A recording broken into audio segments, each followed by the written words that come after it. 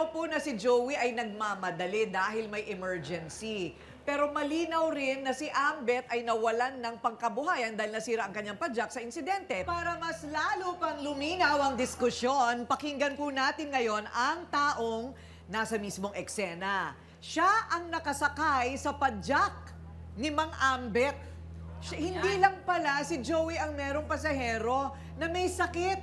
May sakit din yung daladala ni Mang Ambet. Na-stroke din. Ay! At papunta ng center. Ayan. Yagit! Yan ba talagang pangalan mo? Yagit! Humarap ka na.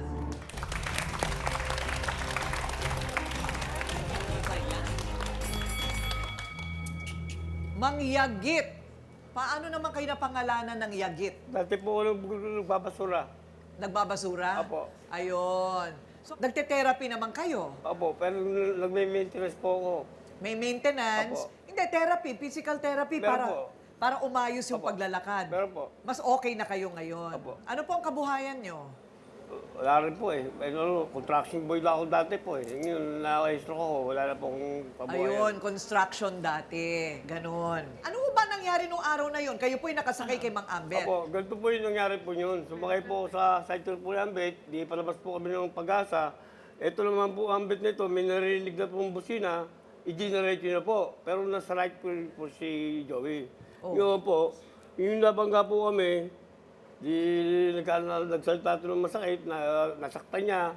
Ganyan po, siya naman po, bumaba po ako. Matanda na to, sinaktan mo pa. Inahamon ko po siya, hindi po ako pinansin dahil meron siya tinatakbo sa ospital. Ayun. So tama naman din yung kwento mo, no?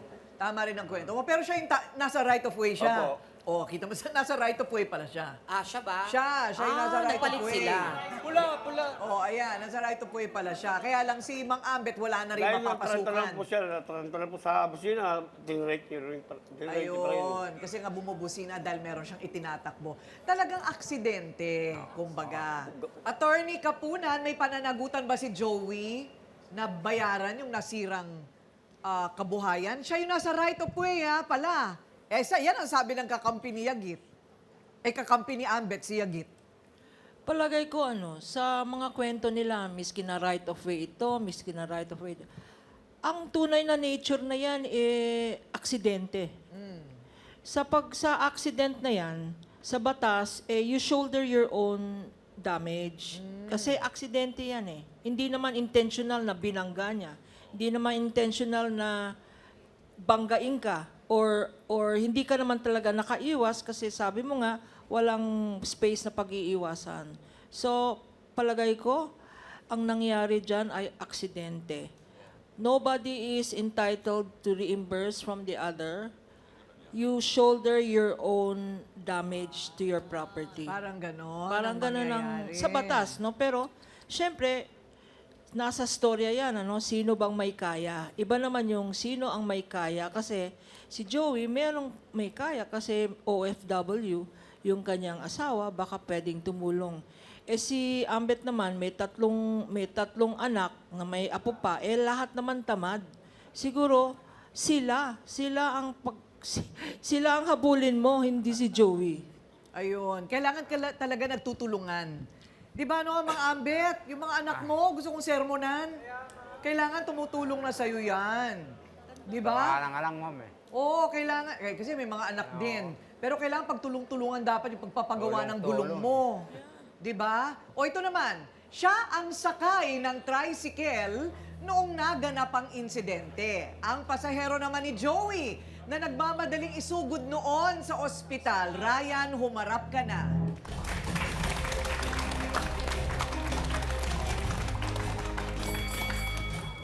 O ayan, Ryan. Anong nangyari nung araw na yon? Ikaw yung isinusugod sa emergency. Yung time na ma'am, hilong-hilo po ako na ma'am. Yun po. Okay. Hilong-hilo ka. Tapos, Hindi sila nagkabigayan dalawa. Yun, nagkabanggaan sila. ano sabi mo sa kanya? Kailangan mo kong madaliin Apo, sa apo. emergency. Yes po. Ganon mismo ang sabi mo. Nung nagkabanggaan, wala naman po nasaktan po sa inyo dahil sa aksidente. Maliban kay Tatay Ambet na pagkatapos, parang Wala physical. naman po, nung nabangga ko naman po siya, tinignan ko naman po kung okay naman po yung kondisyon nila. Ang nakita ko lang po talaga nagka-damage, yung sidecar niya naman at yung yung motor ko motor. din. Kaya iniwan ko na po, nung hinamon niya po ako ng suntukan, hindi ko na po siya pinansin. Umalis na po ako, inuna ko po yung pasahero ko.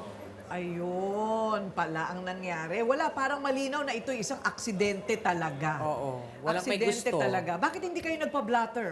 Wala nang time. Opo, tas yung sa kondisyon pa nga po ma'am ko rin yung pasahero. Oo, yun ang komplikasyon nun eh. Parehong ano eh. Yung ito, iika-ika din. Tapos ito naman, dadalhin sa emergency room. Talagang talagang magaganda naman ang mga motibo nila. Intensyon, O tama. intensyon, tsaka naghahanap buhay lang.